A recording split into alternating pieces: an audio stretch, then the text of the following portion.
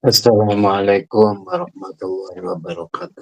Waalaikumsalam warahmatullahi wabarakatuh. Alhamdulillahirabbil alamin. Allahumma shalli ala Muhammad wa ala ali. Yang pertama, ini anunya apa itu temanya luas sekali yang bersifat umum jadi agak ruwet sedikit. Itu yang pertama. Yang kedua, yang pertama itu ada di Quran itu ada dua istilah sebenarnya ya. Abdun dan ibadun. Jadi ada Abdullah, ada Ibadur Rahman, Ibadullah ya. Kalau pada surat Al-Furqan itu Ibadur Rahman.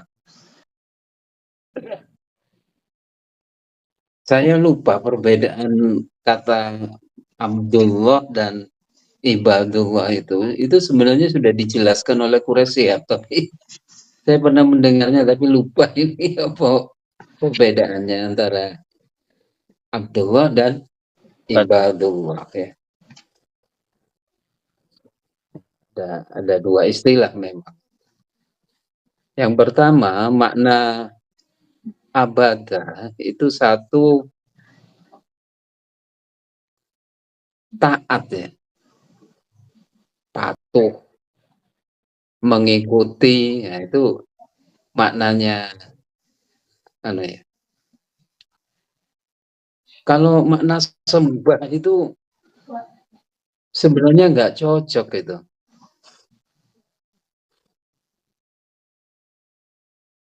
Kata abada itu diartikan sembah itu nggak cocok sebenarnya.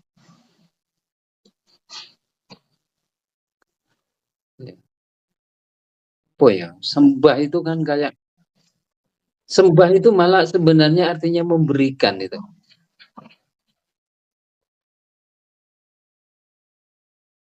Kalau saya sembah Allah berarti saya memberikan kepada Allah itu.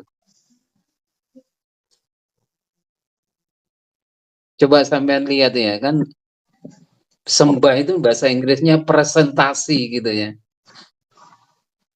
Ya, coba kalau anu kan biasanya saya persembahkan cintaku kepadamu. Kan berarti saya memberikan cinta kepada dia. Jadi memberikan atau atau yang dimaksud saya memberikan kesetiaan hidupku kepada Allah bisa kalau diartikan seperti itu. Jadi sembah Allah itu berarti saya memberikan seluruh aktivitas hidupku mengikuti perintah Allah. Kalau dimaknakan seperti itu bisa.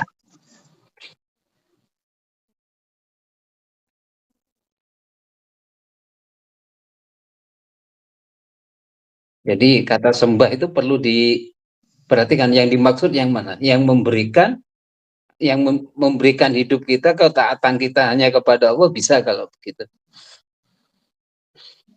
Kalau diartikan sembah semacam itu ya. Tapi yang paling tepat itu sebenarnya yang patuh taat ya, mengikuti itu ya, tabi ya, itabi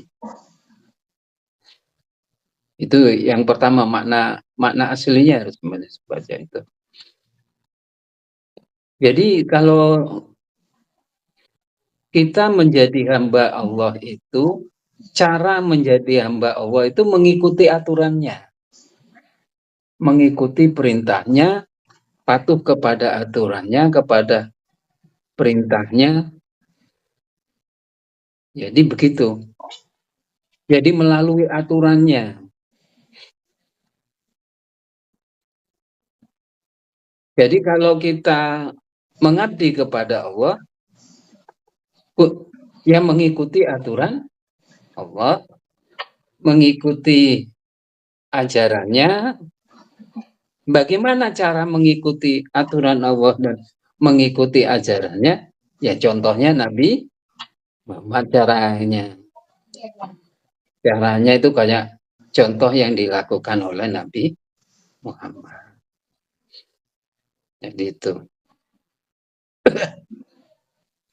Ya. Karena Allah memerintahkan kita dalam hal tertentu itu patuh kepada orang tua, ya, maka kita juga patuh. Tapi kepatuhan karena perintah Allah. Jadi kalau kita mengabdi kepada orang tua itu dalam arti patuh, tapi patuhnya karena perintah Allah, bukan bukan bukan perintah orang tua. Karena perintah Allah. Kita disuruh mendengar dan patuh kepada perintah orang tua, gitu. Tapi dasarnya patuh kepada Allah. Begitu juga kepada negara. Dasarnya itu kita patuh kepada Allah. Itu juga bisa sebenarnya pakai kata ngabdi, ya. Tapi dasarnya juga patuh. Karena ngabdi itu berarti patuh. Taat gitu ya. Tapi didasarkan kepada patuh mengikuti perintah Allah, gitu. Kalau sudah begitu sebenarnya udah beres. Udah selesai. Dan mengikuti sunnah Rasulullah. Cara mengabdinya gimana dan sebagainya itu sudah, ya. Bagaimana mengabdi itu juga dipakai di dalam Al-Quran, umpamanya abdan togut, mengabdi kepada togut juga dipakai. Nggak hanya kata-kata abdi, nggak hanya kepada Allah, kepada togut juga dipakai. Artinya selain Allah juga dipakai kata itu. Jadi kalau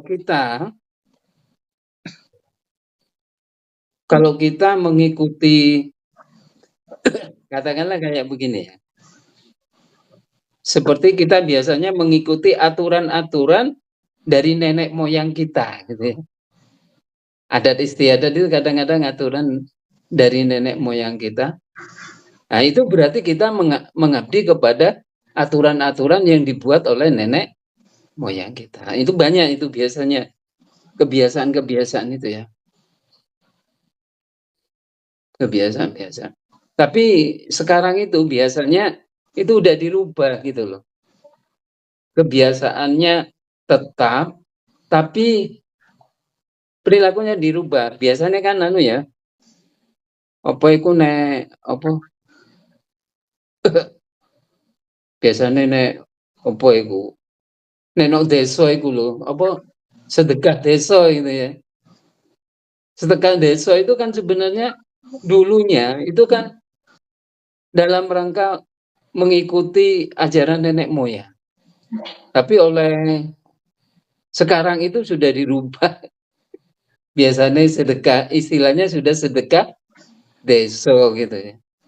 Istilahnya padahal dulu nggak seperti itu acaranya. Kalau dulu mungkin ludrukan dan sebagainya itu, sekarang sudah enggak. Biasanya diisi tahlilan, kadang-kadang diisi macam-macam. Biasanya sudah ada islamisasinya, sudah ada, ya. Biasanya dino kapan itu, tapi posoan itu biasanya akeh sedekah desa itu biasanya. Ya walaupun seharusnya sudah, kan biasanya ya, biasanya nek bayi lahir gitu ya, apa itu kita apa tingkep. Nah, tingkepan itu bahasanya itu sebenarnya tingkepan itu kan nangkap gitu loh. Nangkap itu nangkap ruh yang sudah ada gitu. Itu udah Islami sekali sudah. Ruh yang dimasukkan ke dalam tubuh itu. Pada saat itu kita minta biasanya sudah serakalan, artinya dengan tibaan, baca sholawat dan sebagainya, supaya anak kita jadi anak yang soleh itu. Biasanya sing liyane barang itu kayak itu loh. Apa metu teko kurungan barang itu, bayi itu gitu. Adat-adat itu. Tapi itu sudah dimaknai tergantung kepada kita, ya. Umpamane nek mantenan, ya. Mantenan itu mesti ono janure kan? Janure. Itu dulu maknanya ya nggak bagus, tapi sekarang sudah dimaknai beda. Sangat Islami sekarang. Supaya apa? Supaya mantenannya penuh dengan cahaya janur ya. Gitu. Ada lagi biasanya pisang kemudian ada buahnya itu. Binti tandur. Itu sebagai filsafat bahwa supaya mantannya yang berdua itu cepat punya momongan. Jadi tergantung kita bagaimana mau maknainya. Apakah memaknainya dengan Quran, apakah memaknai menurut adat istiadat itu gitu. Ya ada juga yang sirik itu biasanya apa? Biasanya nek kape apa itu ludrukan itu ngusir danyang jari ini betoro kolone wedi apa ngono iku. Nek anake kembar terus betoro kolone. Nah, itu memang mengikuti nenek moyang kalau itu. Itu kalau itu sirik. Saya di Jombang sering itu apa itu nanggap ludrukan itu ya. Padahal nggak ada penontonnya tapi ditanggapi soalnya jari ini kembar opo ngono ya.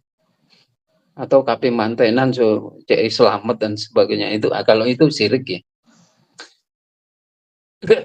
Jadi abdi atau itu patuh gitu loh. Patuh kemana? Kalau kita niatnya mematuhi Allah untuk melaksanakan itu, artinya kita mau mematuhi Allah untuk bekerja dalam rangka bekerja di negara. Ini tidak masalah sudah. Kita patuh kepada orang tua karena diperintah oleh Allah sudah tidak masalah. Jadi dasarnya itu yang paling penting. Gitu ya. Itu menurut saya. Kemudian di dalam surat Al-Furqan itu ada istilah ibadur rahman ya. Al-Furqan 33. Al-Furqan 63. Satu ciri khas ibadur rahman itu kalau di Al-Furqan itu kalau berjalan di muka bumi itu dia rendah hati. Gak sombong, gak ria, ikhlas gitu ya. Malah kalau ada disapa orang yang jahil, dia ngomong salama, aku itu wong Islam sing berserah diri kepada Allah. Kalau malam itu pada ayat 64-nya dia sholat tahajud. Yubituna li rabbihim sujada wa qiyamah.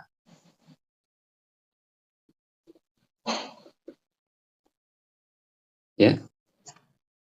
Terus kalau berinfak dia tidak kikir dan tidak boros. Itu pada ayatnya 67.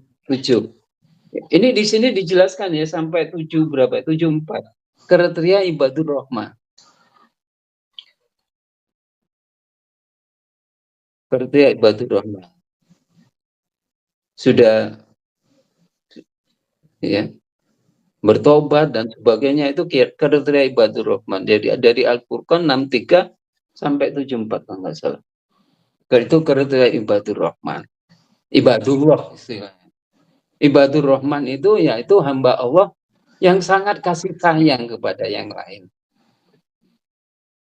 Ibadur rahman.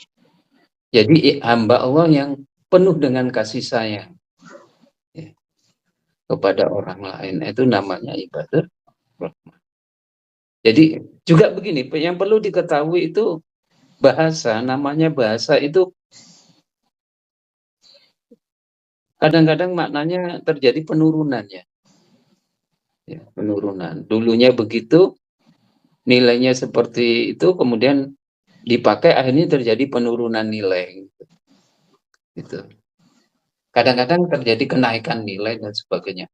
Kayaknya kalau yang dimaksud abdi negara dan sebagainya, itu yang dimaksud abdi ini ya wis mengikut apa itu pegawai saja nih ya, bukan abdi negara. Sekarang kan sudah dirubah, bukan lagi abdi negara, tetapi pegawai negeri.